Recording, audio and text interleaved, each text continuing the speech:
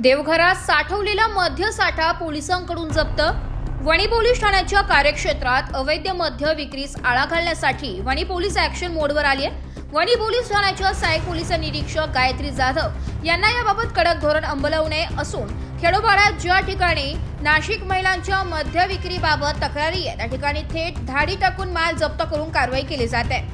दिनांक 30 जून 2025 रोजी सायंकाळी 7 वाजेच्या दरम्यान कोल्हेरे येथे वणी पोलिसांच्या पथकाने साहेबराव रामदास पिठे वर्ष 48 यांच्या इथे धाड टाकली असता अवैध मद्याच्या 180 मिलीच्या 4800 रुपये किमतीच्या 60 बाटल्या हस्तगत केल्या। संबंधित पिठे यावर गुन्हा दाखल करण्यात आलाय। कोल्हेरे या ठिकाणी अवैध मद्य विक्री होत असल्याची माहिती वणी पोलिसांना मिळाली होती।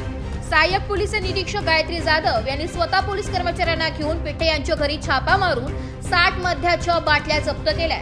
या अवैध मद्य विक्रेत्याने शक्कल लढवून बाटल्या चक्क देवघरात बाटल्या लपवल्या होत्या। देवघरातील देव्हाऱ्याजवळ छुपा खड्डा करून लपविलेल्या होत्या। त्या घरात घुसून त्यातून अवैध मद्य हस्तगत केलाय।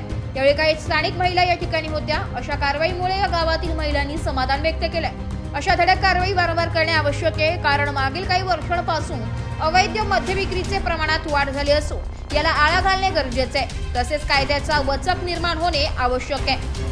नाशिक लोकशाही न्यूज साठी रितेश पारख, वणी।